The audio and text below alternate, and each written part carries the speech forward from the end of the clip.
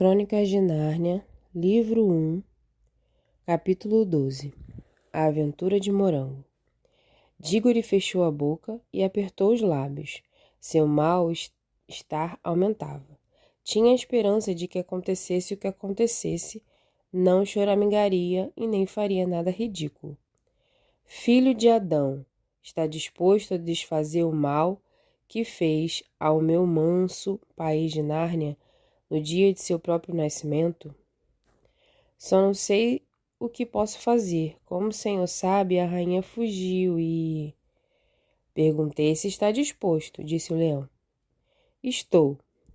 Passara-lhe um segundo pela cabeça a tentação boba de responder. Estou disposto se o senhor prometer me ajudar minha mãe. Mas percebeu a tempo que o leão não era criatura com a qual se podia fazer barganhas.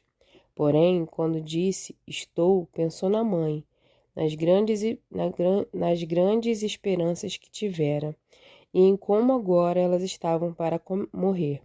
Sentiu um nó na garganta e lágrima nos olhos. Deixou escapar, no entanto. Mas, por favor, o senhor não podia me dar qualquer coisa que salvasse minha mãe? Até aquele instante, só olhara para as patas do leão. Agora, com desespero, olhou-os nos olhos. O que viu o surpreendeu, mais do que qualquer outra coisa, pois a face castanha estava inclinada perto do seu próprio rosto, e maravilha das maravilhas, grandes lágrimas brilhavam nos olhos do leão. Eram lágrimas tão grandes e tão brilhantes, comparadas de Dígore, que por um instante sentiu que o leão sofria por sua mãe mais do que ele próprio.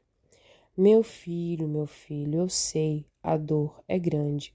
Só você e eu nesta terra sabemos disso. Sejamos compassivos um com o outro. Mas tenho de pensar em centenas de anos da vida de Nárnia. A feiticeira que trouxe para este mundo ainda voltará a Nárnia. Mas não precisa ser já. É meu desejo plantar em Nárnia uma árvore da qual ela não ousará aproximar-se durante anos e anos. Assim, esta terra conhecerá uma longa e luminosa manhã antes que qualquer nuvem obscureça o sol. E você deverá trazer-me a semente dessa árvore. Sim, senhor. Dígore não sabia o que iria fazer, mas naquele momento teve a certeza de que fosse como fosse, seria capaz de fazê-lo. O leão respirou fundo, inclinou ainda mais a cabeça e deu-lhe um beijo de leão. O menino sentiu instantaneamente que havia conquistado uma nova força e uma nova coragem. Meu filho, vou dizer-lhe o que deverá fazer. Olhe para o oeste e diga-me o que vê. Vejo montanhas enormes, Aslan. Vejo este rio caindo através de penhascos numa grande cachoeira, e além há colinas verdes e florestas, e ainda mais além há altíssimas cordilheiras que parecem negras, e mais longe, muito mais longe, há colossais montanhas cobertas de neve, e além delas não há mais nada, só o céu. Enxerga bem, escute. A terra de Nárnia termina onde está a cachoeira, lá em cima. Estará fora de Nárnia, em pleno ermo ocidental. Deverá atravessar aquelas montanhas até encontrar um vale verde com um lago azul, cercado de montanhas de gelo. No fim do lago há um monte verde e escarpado. No cume desse monte há um jardim. No centro do jardim há uma árvore. Apanhe uma maçã dessa árvore e traga a fruta para mim. Sim, senhor. Dígore não tinha a menor ideia de como subir até a cachoeira e achar o caminho entre aquelas montanhas todas, mas se revelasse isso, poderia parecer desculpa para não ir. Disse apenas o seguinte: Espero, Aslan, que não esteja com muita pressa. Levarei algum tempo para ir e voltar. Filho de Adão, você terá ajuda. Aslan voltou-se para o cavalo, que durante esse tempo ouvira a conversa com um ar de quem não está entendendo muito. Meu amigo, disse Aslan ao cavalo. Gostaria de ser um cavalo alado? Você precisava ter visto o cavalo sacudindo a crina com as ventas infladas, dando uma boa patada no chão. É claro que ele gostaria de ser um cavalo alado, mas disse apenas: se quiser, Aslan, se quiser mesmo, mas não sei por que seria eu. Não sou um cavalo muito inteligente. Seja alado, seja você, o pai de todos os cavalos voadores, rugiu Aslan com uma voz que sacudiu a terra. Seu nome é Pluma. O cavalo passarinhou, como já devia ter passarinhado nos infelizes tempos do cabriolé. Ergueu-se e esticou o pescoço para trás, como se um inseto picasse seus ombros. Depois, assim como os bichos brotaram da terra, dos ombros de Pluma brotaram asas, que se estenderam e cresceram, maiores que asas de cisnes, de águias, maiores que asas de anjo nos vitrais das igrejas. As penas eram castanhas e acobreadas. Pluma deu um grande salto e subiu. 10 metros acima. Bufou, relinchou e curveteou. Depois de dar uma volta em círculo, pousou na terra, as 4 patas de uma vez, parecendo muito espantado, mas muito contente. Gostou, Pluma? Perguntou Aslan. Bom, muito bom, Aslan. Levaria este filho de Adão nas costas as montanhas de que falei? Agora? Imediatamente? Perguntou Morango, ou Pluma. Ora essa, venha, pequeno, já tive coisas como você nas minhas costas, há muito, muito tempo, quando havia pastos verdes e açúcar. Que estão as 2 filhas de Eva cochichando aí? Perguntou Aslan, voltando-se subitamente para Polly e para a mulher do cocheiro, que eram muito amigas. Se o senhor permite, disse a rainha Helena. Assim se chamava agora a mulher do cocheiro. Acho que a menina adoraria ir também, se não criar problema. O que acha, Pluma? Indagou Leão. Oh, não me importo de levar 2, quando são pequeninos. Só espero que o elefante também não queira ir conosco. Não era essa a vontade do elefante, e o novo rei de Nárnia ajudou as 2 crianças a montar. Quer dizer, deu um bom impulso em Dígore e colocou Polly na garupa com toda a delicadeza, como se fosse feita de porcelana. Tudo certo, Morango. Quer dizer, Pluma. Não voe alto demais, advertiu Aslan. Não tente passar por cima dos cumes das montanhas geladas. Busque os vales verdes. Sempre há um modo de atravessar a cordilheira. Parta com a minha bênção. Ó, Pluma! Exclamou Dígore, inclinando-se para dar um tapinha carinhoso no pescoço lustroso do cavalo. Que coisa fabulosa! Segure firme em mim, Polly! No instante seguinte, a terra começou a distanciar-se deles, enquanto Pluma, como um imenso pombo, circulava 2 vezes para tomar altura. Antes de partir em voo direto para o oeste, Polly mal podia enxergar lá embaixo o rei e a rainha. O próprio Aslan não passava de uma mancha brilhante na relva verde. O vento golpeava-lhe o rosto e as asas de Pluma começaram a bater cadenciadamente. Já de cima, podiam ver Nárnia inteira, com suas campinas de muitas cores, seus rochedos, prados e árvores, seu rio deslizando como uma fita de mercúrio. Em poucos instantes, já sobrevoavam os cumes das colinas baixas. À esquerda, as montanhas eram bem mais altas, mas sempre podiam ver através de brechas as terras azuladas do sul.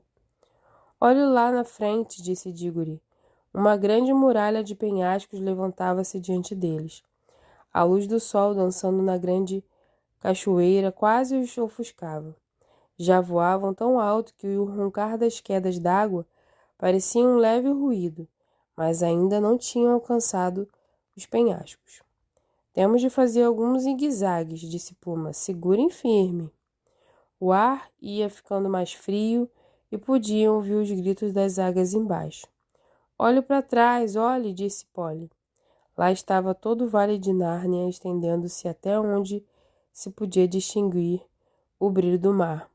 Já estavam tão altos que podiam avistar as montanhas denteadas, surgindo além das charnecas do norte, e ao sul planícies que pareciam de areia.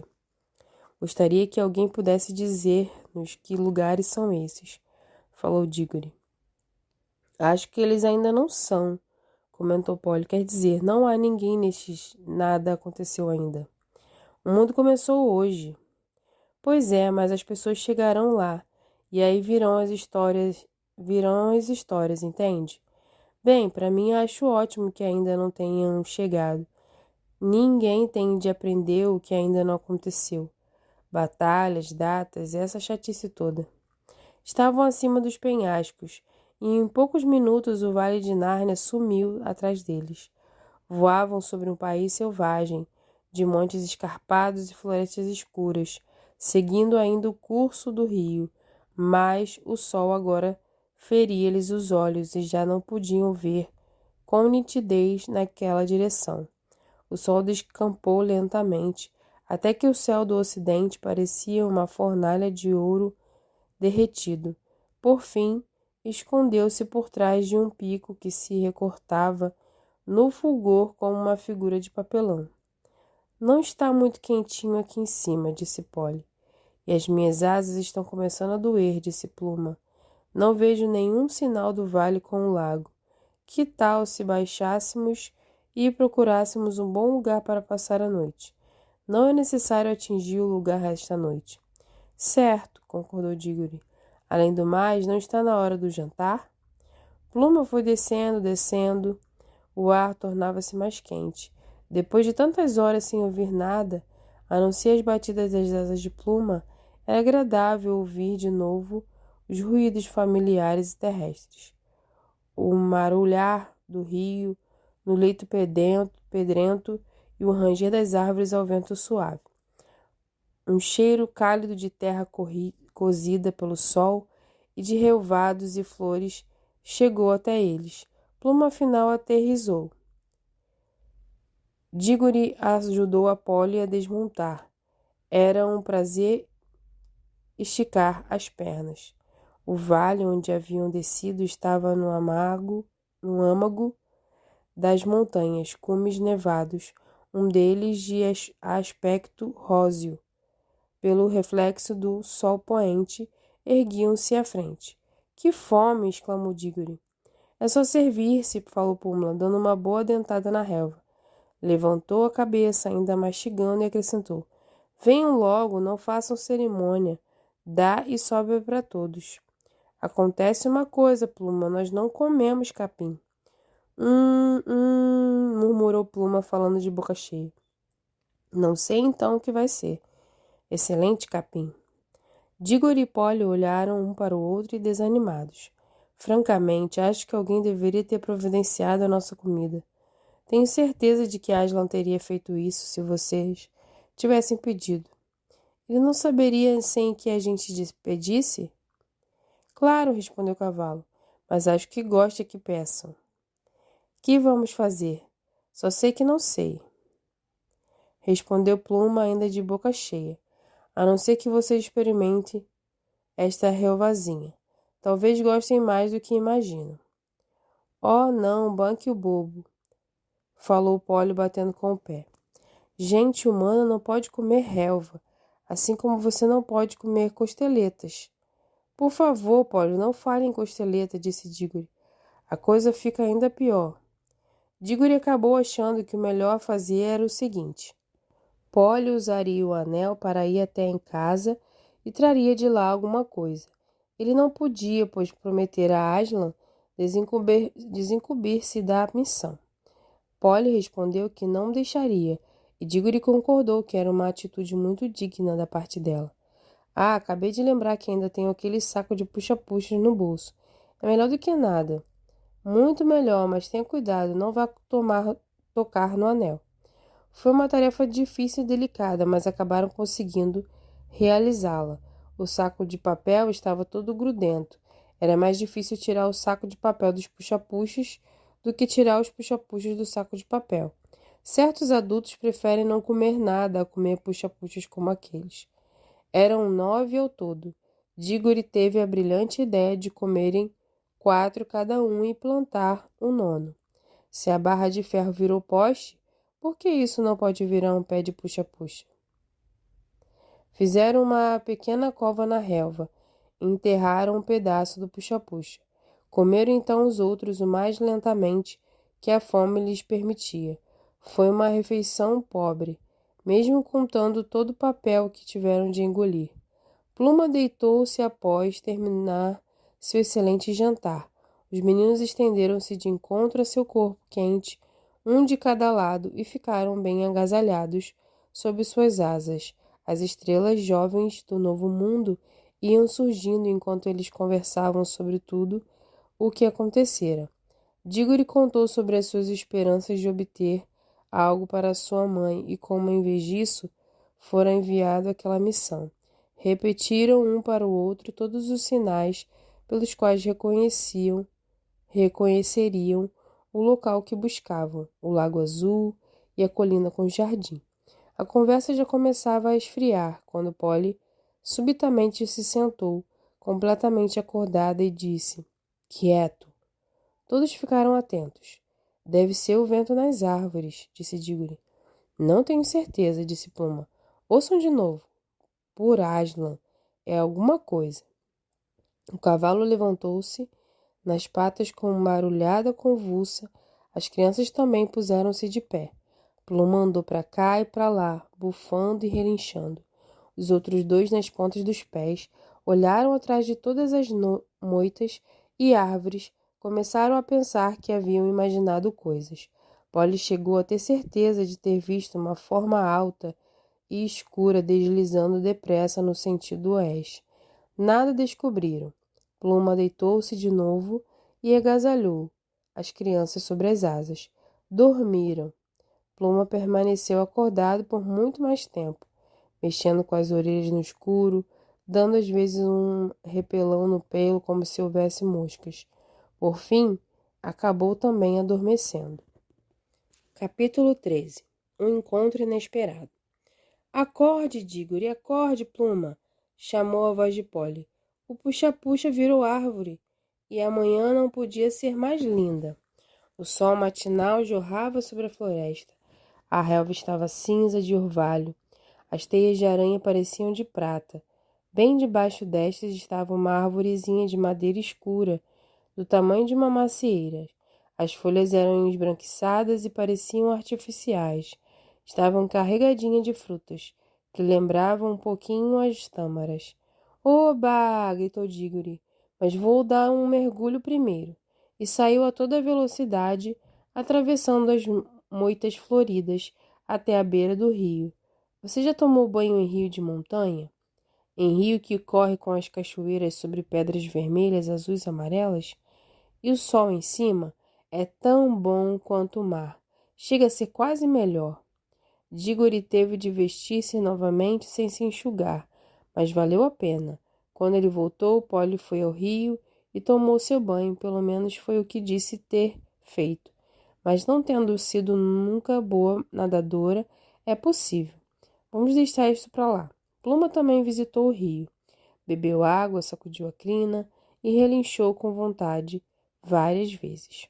Depois, as crianças deram atenção à árvore de puxa-puxa. A fruta era uma delícia. Não tinha exatamente o gosto de puxa-puxa. Era mais macia, com mais caldo, mas o sabor lembrava o de puxa-puxa.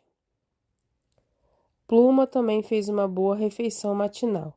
Provou um puxa-puxa e gostou, mas disse: aquela hora da manhã capim era melhor. Com alguma dificuldade, as crianças montaram e a jornada recomeçou. Foi até melhor que no dia anterior, em parte, porque todos se sentiam muito bem, em parte, porque o sol nascente estava às suas costas, e tudo fica mais bonito quando o sol está atrás da gente. Foi uma cavalgada maravilhosa. As grandes montanhas brancas erguiam-se em todas as direções. Os vales eram tão verdes, os riachos que tombavam das geleiras para os rios maiores eram tão azuis, parecia que sobrevoavam joias gigantescas. Teriam preferido que essa parte da aventura se prolongasse. Daí a pouco, entretanto, estavam farejando o vento e perguntando: que é isso? Estão sentindo esse cheiro? De onde está vindo? Pois um aroma celestial cálido e dourado, como se viesse das mais gostosas frutas e das mais belas flores do mundo, chegava até eles, proveniente de algum lugar mais adiante. O perfume vem do vale do lago, afirmou Pluma. É isso, disse Dígore. Olha ali uma colina verde no finzinho do lago, e repara como a água é azul. Só pode ser o lugar. Pluma foi descendo em círculos largos, os cumes gelados elevavam-se cada vez mais altos. O ar ficou mais suave e morno, tão leve que trazia lágrimas aos olhos. Pluma agora planava com as asas estendidas sem movimento, os cascos prontos para a aterrissagem. A colina verde aproximava-se a grande velocidade. Pouco depois aterrava na encosta com certa dificuldade. As crianças pularam fora, caindo, sem se machucar, na relva gostosa e levantando-se ofegantes. Não faltava muito para que chegassem ao topo da colina. Começaram a escalada. Pluma equilibrava-se com o auxílio das asas, e esvoaçando um pouco aqui e ali. No alto da montanha havia um muro de relva. No centro cresciam árvores. As folhas não eram apenas verdes, mas também azuis e prateadas quando o vento as agitava. Os viajantes alcançaram o topo e foram seguindo o muro de relva. Estavam quase completando a volta quando encontraram os altos portões de ouro, fechados, virados para o oriente. Até aquele momento, creio que Pluma e Polly esperavam poder entrar lá dentro com Dígore, mas já não pensavam assim. Não poderia haver outro lugar tão evidentemente privado quanto aquele. Logo se via que pertencia a outra pessoa, a menos que tivesse alguma missão muito especial. Ninguém entraria ali a não ser um tolo. Compreendendo que os outros deveriam ficar do lado de fora, Dígore avançou sozinho para os portões. Ao se aproximar, verificou que havia algo escrito ali, com letras de prata sobre ouro. Os dizeres eram mais ou menos o seguinte: entre pelos portões de ouro ou não. Apanhe o meu fruto para outro ou não. Aquele que roubar ou escalar os meus muros encontrará desespero, junto com o desejo do seu coração. Apanhe o meu fruto para o outro, disse Dígore para si mesmo. É isso que eu vou fazer.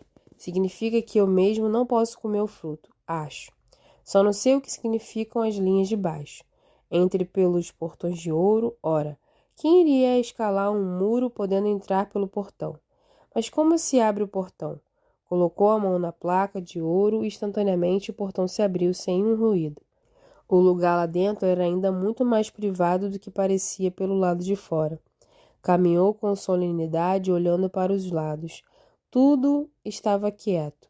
Mesmo o ruído da fonte no centro do pomar era mínimo. O perfume o rodeava. Era um lugar feliz, mas muito grave. Reconheceu logo a árvore que procurava, por encontrar-se no centro do jardim, e também porque as grandes maçãs de prata projetavam uma luz própria nos lugares sombrios, não atingidos pela luz solar. Caminhou em linha reta até a árvore, apanhou uma maçã e colocou-a no bolso, não sem olhar para ela e cheirá-las antes de guardá-la. Foi um erro, uma sede e uma fome terríveis apoderaram-se dele, uma vontade alucinante de provar do fruto. Havia grande quantidade de maçãs. Faria mal comer uma? Afinal de contas, o aviso no portão podia não ser precisamente uma ordem. Podia ser somente um conselho. E quem liga para conselhos? E mesmo que fosse uma ordem, seria uma desobediência comer uma maçã? Já observara a primeira ordem. Para outro. Olhou através dos galhos para o alto da árvore. Acima de sua cabeça, um pássaro maravilhoso estava empoleirado. Digo empoleirado porque parecia quase adormecido. Só uma frechinha de um olho estava aberta. Era maior do que uma águia, com o peito cor de açafrão, a crista escarlate, a cauda púrpura. Mais tarde, ao contar a história, ele costumava dizer: o pássaro estava mostrando que todo cuidado é pouco em lugares encantados. Nunca se sabe quem está observando. Creio eu, no entanto, que Dígone não teria, de modo algum, colhido a maçã para si mesmo.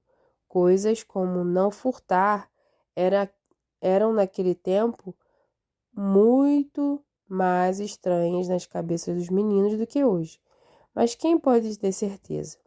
Estava para voltar ao portão quando parou para dar uma olhada em torno. Foi um choque terrível. Não estava só. A poucos metros dali avistou a feiticeira.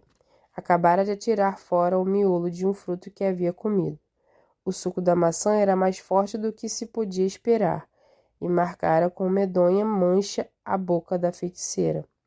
Entrou pulando o muro, pensou logo Dígone, e concluiu que era verdade o que estava escrito, quanto a encontrar, junto com o desejo do coração, o desespero, pois a feiticeira parecia mais poderosa, mais orgulhosa, mais vitoriosa, mas a sua face era de uma brancura mortal, branca como o sal. Dígore pensou tudo isso num relâmpago, virou nos calcanhares e saiu correndo a caminho do portão. A feiticeira seguiu-o. Quando ele passou, o portão fechou-se imediatamente sozinho. Foi a oportunidade de ganhar a corrida, mas não por muito tempo. Logo que chegou perto dos outros, gritando: "Depressa, Polly! Pluma!" A feiticeira já galgara o muro, ou pulara. Estava bem atrás dele novamente. "Fique onde está!" gritou Dígore, voltando-se para encará-la. "Ou vamos desaparecer. Não se aproxime mais um dedo." "Não seja bobo", disse a feiticeira. "Por que está fugindo de mim? Não quero fazer-lhe mal. Se não quiser ouvir-me, deixará de aprender uma coisa que o fará feliz para o resto da vida." "Muito obrigado, não quero ouvir coisa nenhuma." Mas ouviu. "Sei a missão que o trouxe aqui", continuou a feiticeira. "Era eu que estava perto de vocês na noite passada, ouvindo tudo. Você colheu o fruto do jardim, está no seu bolso, e vai levá-lo sem provar dele, para o leão, para que ele coma o fruto, para que ele use o fruto. Simplório, sabe que fruto é este? É a maçã da eterna juventude. Sei por ter provado. E também já sei que jamais ficarei velha ou morrerei. Coma a maçã, rapaz, coma a maçã. Viveremos os dois eternamente. Seremos reis deste mundo, ou do seu próprio mundo se resolver voltar para lá. Muito obrigado, acho que não vou querer ficar vivo depois que os outros todos que conheço já tiverem ido. Prefiro viver o tempo normal, morrer e ir para o céu. Mas, e a sua mãe, que você diz adorar? Que tem minha mãe com isso? Não está vendo, bobo, que uma mordida nessa maçã pode curar sua mãe? Está no seu bolso. Aqui estamos por nossa conta. O leão está muito longe. Use seu poder mágico e volte para o seu mundo. Daqui a 1 minuto poderá estar ao lado de sua mãe, dando-lhe a maçã. 5 minutos depois, ela ganhará novas cores no rosto. Dirá para você que a dor passou. Depois dirá que se sente mais forte e adormecerá. Pense nisso. Horas de sono natural, sem dor, sem drogas. No dia seguinte, todos falarão do milagre da cura. Tudo ficará perfeito outra vez. Terá novamente um lar feliz e você poderá ser como os outros rapazes. Oh, balbuciou Dígore, colocando a mão na testa como se estivesse ferido. Sabia que tinha de fazer uma escolha terrível. Que fez o leão por você? Tem de ser escravo dele? O que ele poderá fazer quando você estiver no seu mundo? E o que irá pensar sua mãe se souber que teve nas mãos o poder que a salvaria? E o que daria vida ao coração partido de seu pai? Vai preferir, então, executar missões para um animal selvagem, em um mundo estranho, um mundo com o qual nada tem a ver? Eu não acho que ele seja um animal selvagem, respondeu Diggory com a voz ressequida. Ele é bem, não sei. Então ele é uma coisa ainda pior. Olha o que já fez de você, um rapaz sem coração, e o que faz a todos os outros que o atendem. Que rapaz mau! Prefere deixar a mãe morrer do que... Oh, cale a boca, pediu o infeliz com a mesma voz. Acha que eu não sinto? Mas é que prometi. Mas não sabia o que estava prometendo. Nem mamãe, disse ele, achando as palavras com dificuldade. Iria gostar. Faz questão de que eu cumpra as minhas promessas. Isso tudo, não furtar tudo. Se ela estivesse aqui, não deixaria. Mas ela nem precisa saber, falou a feiticeira com uma doçura impossível de se imaginar em alguém com aquela face. Não é preciso dizer como obteve a maçã. Seu pai também não precisa saber. Ninguém no seu mundo precisa saber de nada. Você nem precisa levar a menina de volta.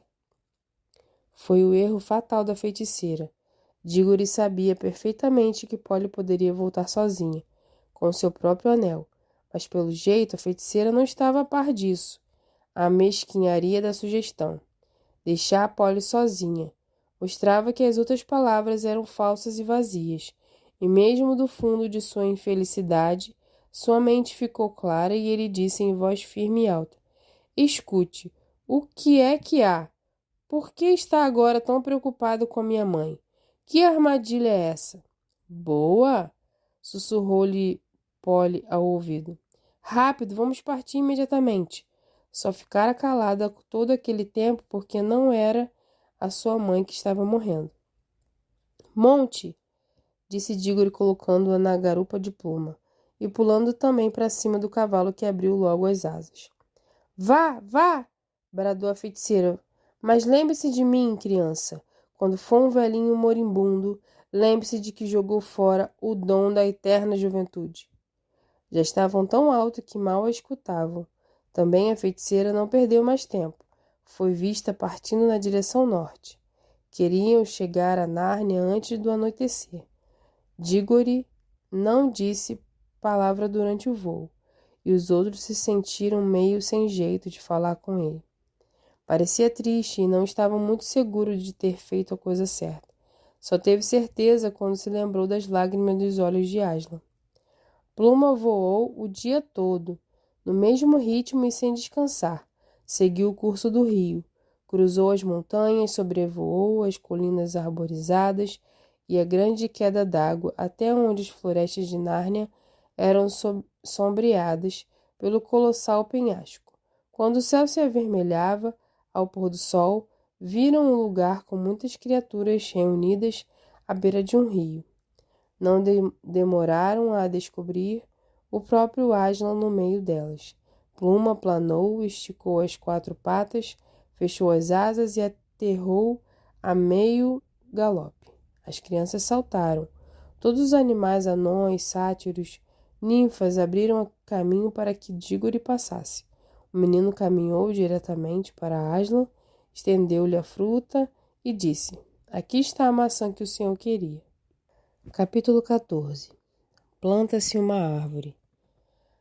Agiu bem, disse Aslan sacudindo a terra com a vibração de sua voz. Todos os narmanos ouviram aquelas palavras, e Diggory percebeu que aquela história seria transmitida de pai a filho por centenas de anos, e talvez para sempre, mas não corria o risco de sentir-se presunçoso por isso, pois estava frente a frente com Aslan. Podia agora olhar nos olhos do leão, esquecera seus problemas e sentia-se feliz. Agiu bem, filho de Adão, disse o leão outra vez. Para obter este fruto passou fome e sede e derramou lágrimas. Só a sua mão lançará a semente da árvore que protegerá Nárnia.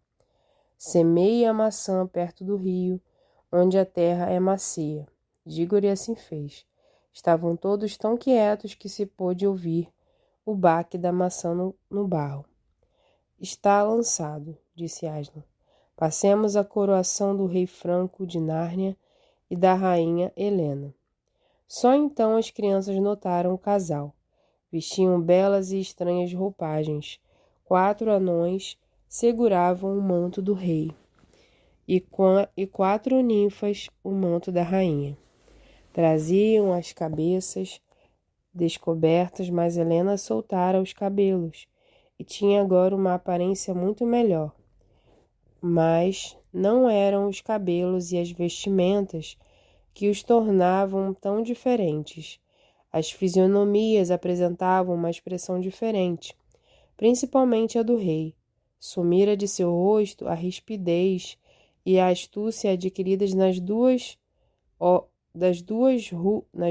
ruas de Londres. O que se via era a coragem e a bondade que sempre possuíra.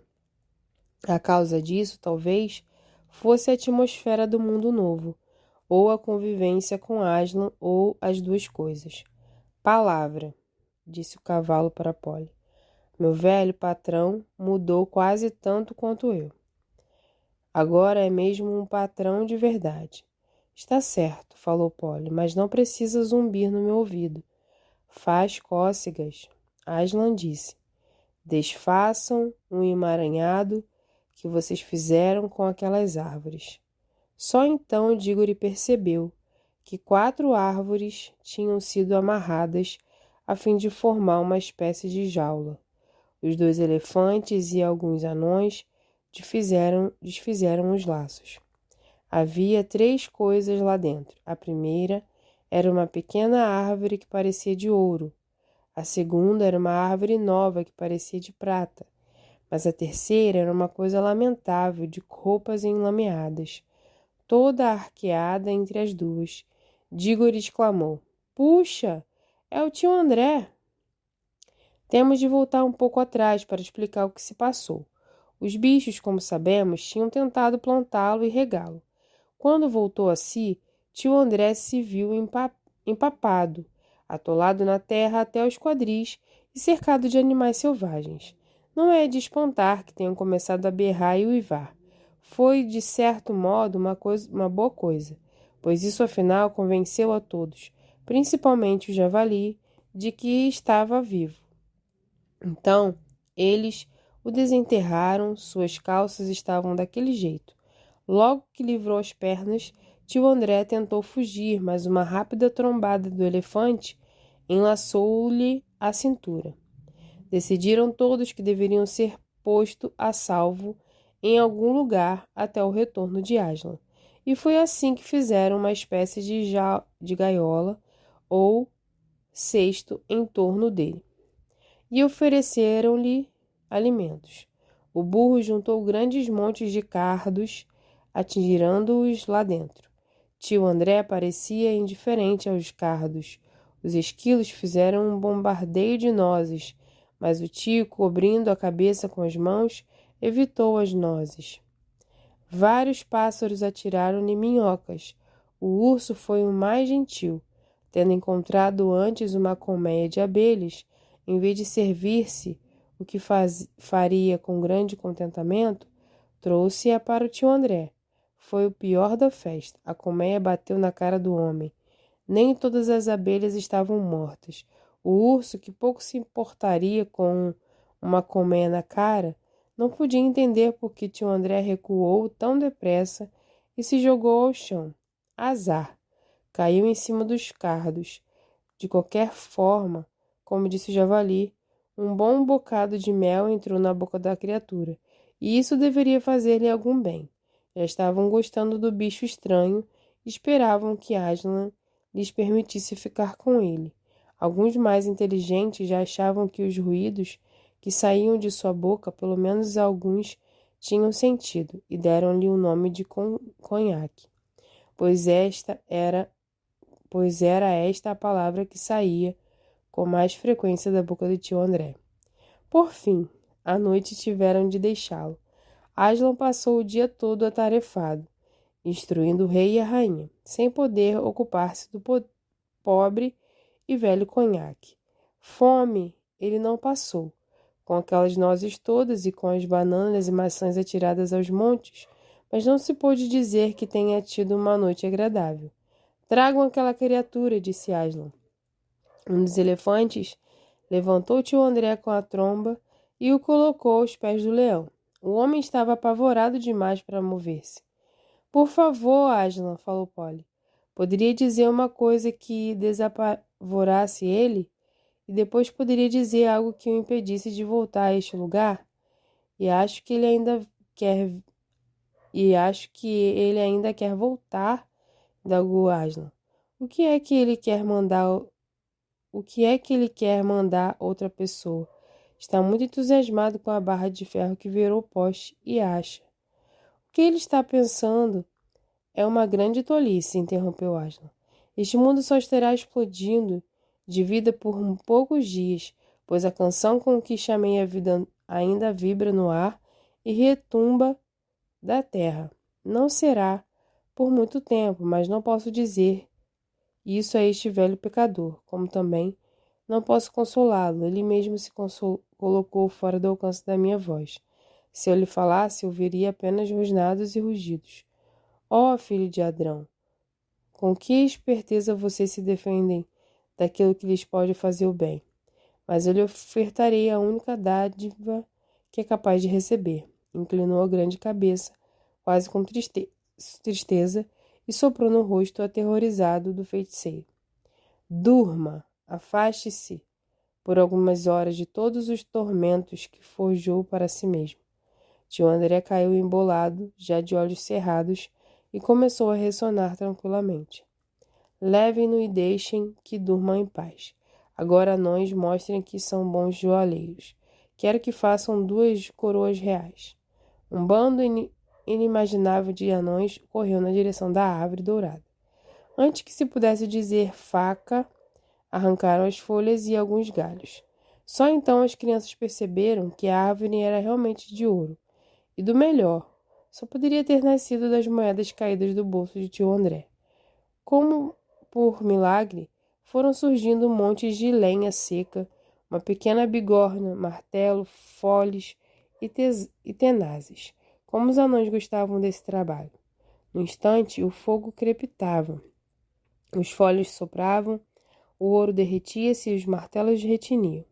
2 tropeiras trouxeram um monte de pedras preciosas. Em pouco tempo, 2 coroas tomavam forma nas mãos dos hábeis joalheiros.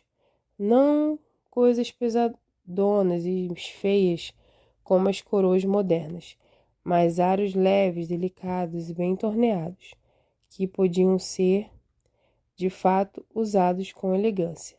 A coroa do rei era adornada de rubis, a da rainha de esmeraldas. Depois de esfriadas as coroas no rio, Aslan ordenou que Franco e Helena se ajoelhassem diante dele. Colocou-lhes as coroas na cabeça e disse: Levantem, rei e rainha de Nárnia, pai e mãe de numerosos reis de Nárnia, e das ilhas e de Arquelândia. Todos fizeram o que pediam, deram vivas, relincharam, ladraram, bateram palmas com as asas. O casal permaneceu em pé com toda a solenidade, demonstrando uma certa timidez que os fazia mais nobres, e Dígore, que continuava aplaudindo, ouviu a voz profunda de Aslan. Vejam! Toda a multidão virou a cabeça e respirou fundo. Jubilosamente adiante viram uma árvore que não se encontrava ali um momento antes. Devia ter crescido em silêncio, mas com a rapidez de uma bandeira que se desfralda de seus ramos parecia projetar-se luz e não sombra. Maçãs de prata repontavam de todas as folhas, como estrelas, mas era o perfume, mais que a luz que provocava suspiros. Tão intenso era que por um momento ninguém conseguiu pensar em nada. Filho de Adão, falou Aslan, você fez um bom trabalho, e vocês, narnianos, cuidem, antes de tudo, desta árvore que é o seu escudo. A feiticeira de que lhes falei fugiu para o norte do mundo. Lá viverá e ficará mais forte em magia negra. No entanto, enquanto esta árvore florir, jamais voltará a Nárnia. Não ousará aproximar-se com quilômetros da árvore, 100 quilômetros da árvore, pois seu perfume, que é alegria, vida e saúde para vocês, é morte, horror e desespero para ela. Todos contemplaram solenemente a árvore, quando Aslan se virou subitamente para as crianças, lançando fulgores dourados da juba. O que foi, crianças? Havia percebido que Polly e Diggory cochichavam. Diggory, vermelho como um pimentão, respondeu. Oh, Aslan, esqueci de contar. A feiticeira já comeu uma dessas maçãs da mesma espécie. Polly contou o resto. Assim, Aslan concluiu ela. Achamos que deve haver algum engano e que o perfume da árvore não vai fazer mal a ela. Por que, filha de Évora? Bem, ela comeu uma fruta. Filha, é por isso mesmo que agora a feiticeira tem pavor das outras frutas. É o que acontece aos que colhem e comem frutos fora do tempo e sem boa intenção.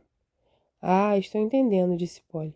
Como ela comeu a maçã sem boa intenção, não ficará sempre jovem e tudo. Aslan sacudiu a cabeça. Infelizmente, ficará sempre jovem e tudo mais. As coisas funcionam de acordo com o que são.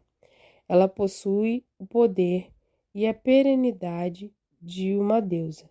Mas a eternidade com o coração mau é a perenidade da desgraça. Todos conquistam o que desejam, mas nem sempre se satisfazem com isso. Eu mesmo quase comi uma maçã, disse Diggory.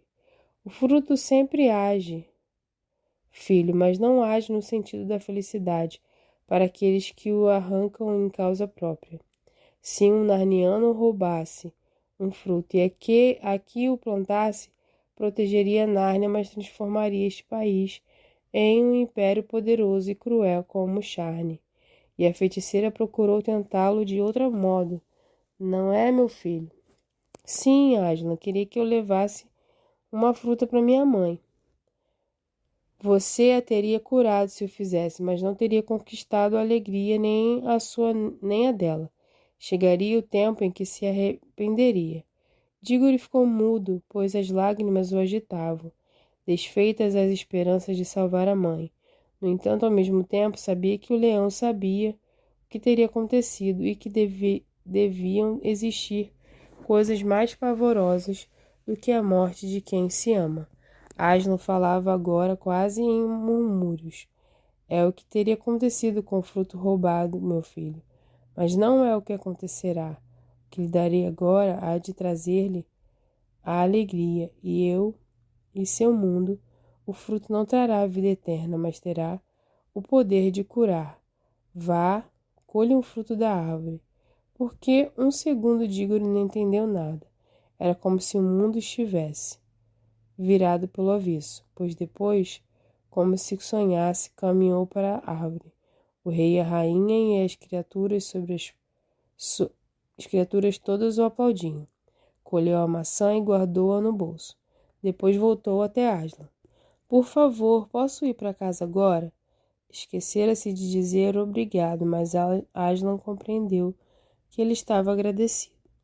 Capítulo 15. Fim dessa história e começo de todas as outras. Não precisam de anéis quando estou com vocês, falou a voz de Aslan. As crianças piscaram e olharam em volta. Estavam novamente no bosque entre dois mundos.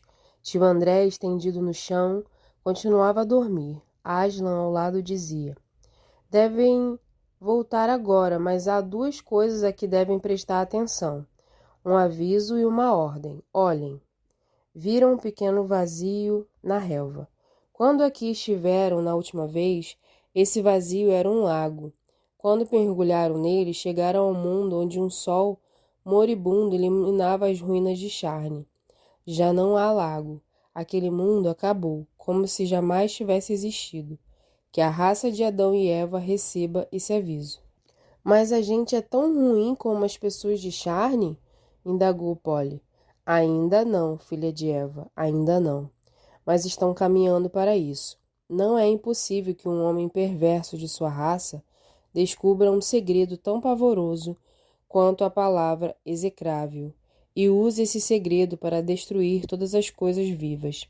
Breve, muito breve, antes que envelheçam grandes nações em seu mundo, serão governadas por tiranos parecidos com a imperatriz Jades, indiferentes à alegria, à justiça e ao perdão. Avise seu mundo deste grande perigo, e a ordem é esta: logo que puderem, tomem do tio os anéis mágicos e os enterrem, para que ninguém volte a usá-los. As crianças olhavam para a face do leão enquanto ele pronunciava essas palavras. De repente, nunca souberam como aconteceu. Foi como se a face de Aslan se tornasse um mar de ouro, no qual flutuavam. Inexprimível força e ternura passavam por eles e por dentro deles, e sentiram que jamais na vida haviam sido realmente felizes, bons ou sábios, nem mesmo vivos e despertos, até aquele momento. A lembrança desse instante permaneceu com eles para sempre. Enquanto viveram, se alguma vez se sentiam tristes, amedrontados ou irados, a lembrança daquela bondade dourada retornava, dando-lhes a certeza de que tudo estava bem, e sabiam que podiam encontrá-la ali perto, numa esquina ou através de uma porta. Um minuto depois, os três, tio André, já acordado, despencaram no barulho e no cheiro forte de Londres. Achavam-se na calçada diante da casa dos Ketterley. Tudo como antes, menos a feiticeira, o cavalo e o cocheiro. Faltava a barra no poste. Lá estavam os restos dos cabriolé, e lá também estava a multidão. Todos falavam e pessoas ajoelhavam-se diante do policial ferido, perguntando: como está? Sente-se melhor? A ambulância estará aqui num instantinho. Puxa, disse Diggory para si mesmo, parece que a aventura toda aconteceu num abrir e fechar de olhos. Muitos procuravam Jades e o cavalo. Ninguém tomou conhecimento das crianças, pois ninguém percebeu que tinham ido e voltado. Quanto a tio André, pelo estado de suas roupas e pela cara cheia de mel, não poderia ter sido reconhecido por ninguém. Felizmente, a porta da frente estava aberta. A empregada continuava lá, apreciando a confusão. Que dia fabuloso teve a moça! E assim as crianças não tiveram dificuldade de empurrar tio André para dentro, antes que fizessem qualquer pergunta. Ele correu pelas escadas à frente. As crianças temeram que demandasse o sótão para esconder os anéis restantes, mas não precisavam preocupar-se. Tio André procurava uma garrafa escondida no guarda-roupa. Saiu do roupão e foi direto para o banheiro. Diggory perguntou a Polly: será que você pode apanhar os outros anéis? Quero ver mamãe. Perfeito, a gente se vê mais tarde. E Polly subiu para o sótão. Diggory respirou fundo e, na ponta dos pés, dirigiu-se ao quarto da mãe. Muitas vezes a vira naquela mesma atitude, afundada nos travesseiros, o rosto pálido e magro de trazer lágrimas aos olhos. O menino tirou do bolso a maçã da vida. Assim como a feiticeira parecia diferente em nosso mundo, também o fruto do jardim da montanha parecia diferente. Havia muitas coisas coloridas no quarto, é claro, a colcha, o papel de parede, a luz do sol na vidraça e a bonita blusa azul da mãe do menino. Mas quando Diggory retirou a maçã do bolso, essas coisas todas nem pareciam ter cor. Até a luz do sol parecia mortiça. O fulgor da maçã lançava estranhas luzes no teto. Nada mais merecia ser olhado, e nem era mesmo possível olhar para outra coisa. E o perfume da maçã era como se a janela daquele quarto desse para o paraíso. Oh, meu querido, que linda! Quer comer a maçã agora, por favor? Será que o médico vai aprovar? Indagou ela. Pensando bem, acho que ele não vai se importar. O menino descascou a fruta e deu à mãe em pequenos pedaços. Antes que ela terminasse, sorriu, mergulhou a cabeça nos travesseiros e adormeceu.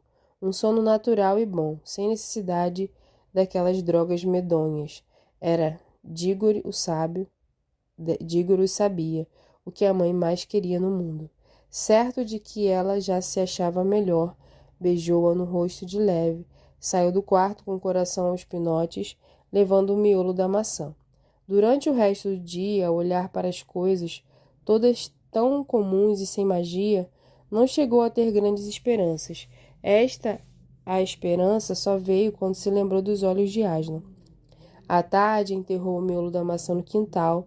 No dia seguinte, quando o médico chegou para a visita diária, Dígoro inclinou-se no balaústre da escada para ouvir. O doutor dizia para a tia Leta: Minha senhora, é o caso mais extraordinário de toda a minha carreira. Parece até um milagre. Não diga nada ao menino por enquanto. Não é bom criar falsas esperanças. Mas, na minha opinião, e a voz do médico ficou muito baixa para ser ouvida. Dígore foi ao quintal e assobiou para Polly sinal secreto. Ela não pudera aparecer no dia anterior. E a sua mãe? Perguntou logo a menina, de cima do muro. Acho que vai dar tudo certo. Mas desculpe, prefiro não tocar no assunto por enquanto. E os anéis? Peguei todos. Olha, não há perigo, estou usando luvas. Vamos enterrá-los. Vamos, marquei o lugar onde enterrei o miolo da maçã. Onde enterrei ontem o miolo da maçã. Polly desceu do muro e foram até o lugar. A marca seria desnecessária. Já alguma coisa nascia na terra. Não tão rapidamente como em Nárnia, claro. Arranjaram uma colher de pedreiro e enterraram os anéis, inclusive os que usaram, num círculo em torno do broto. Uma semana depois, sem dúvida nenhuma, a mãe de Dígore achava-se melhor. Mais 2 semanas já podia sentar-se no jardim. Um mês mais tarde, toda a casa estava mudada. Tia Lera fez tudo o que a convalescente pediu. Janelas foram abertas, reposteiros foram recolhidos para aclarar os quartos. Havia flores por todos os cantos, coisas mais gostosas para comer. E a mãe voltou a cantar ao piano. Às vezes brincava de tal jeito com as crianças que tia Leta dizia: Você, Mabel, é mais criança do que as crianças. Quando as coisas vão mal, parece que vão de mal a pior, durante um certo tempo. Mas quando começam a ir bem, parecem cada vez melhores.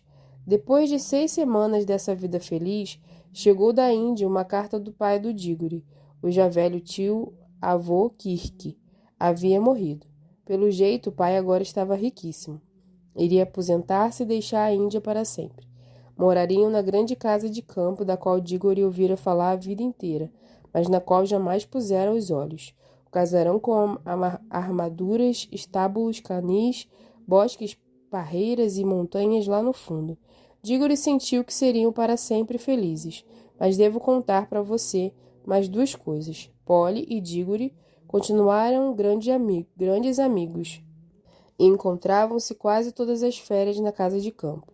Foi aí que ela aprendeu a montar, a nadar, a tirar leite, a fazer bolo e a subir em montanhas. Em Nárnia, os bichos viveram em grande tranquilidade.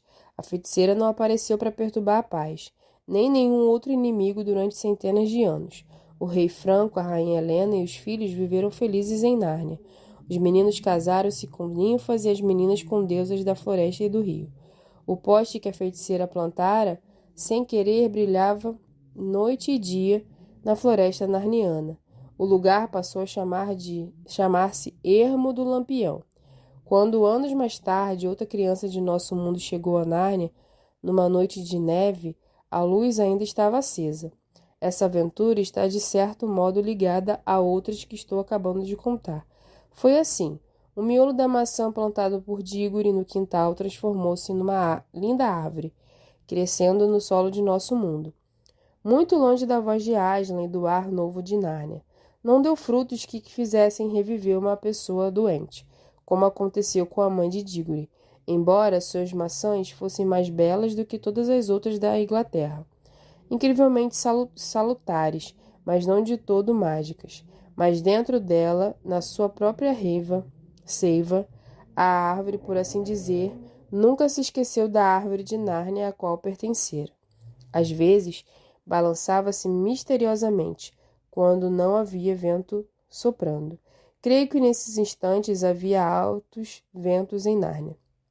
De qualquer forma, viu-se mais tarde que a árvore guardava magia em sua madeira, pois quando Diggory era um homem de meia idade, um famoso professor, dado a grandes viagens, já proprietário da mansão do Skitterley, no campo, uma grande tempestade derrubou a árvore.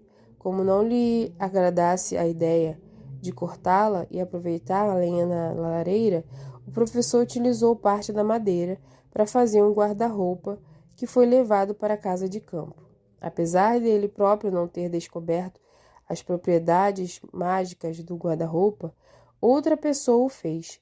Foi esse o começo de todas as idas e vindas entre Nárnia e o nosso mundo, que estão contadas em outros livros. Quando Diggory e seus pais foram morar na grande casa de campo, levaram tio André, pois o pai do menino dissera: devemos evitar que o velho faça alguma bobagem, e não é direito que a coitada da tia Leta carregue-o sempre nas costas. Tio André nunca mais na vida se meteu em feitiçarias. Tinha aprendido sua lição. Com o correr dos anos, passou a ser mais simpático e menos egoísta, mas sempre gostou de levar as visitas à sala para contar-lhes secretas histórias de uma dama misteriosa, pertencente a uma família real estrangeira, com quem ele andara às voltas pela cidade de Londres. Um demônio de tempestade, de temperamento, dizia ele. Mas que mulher, amigo!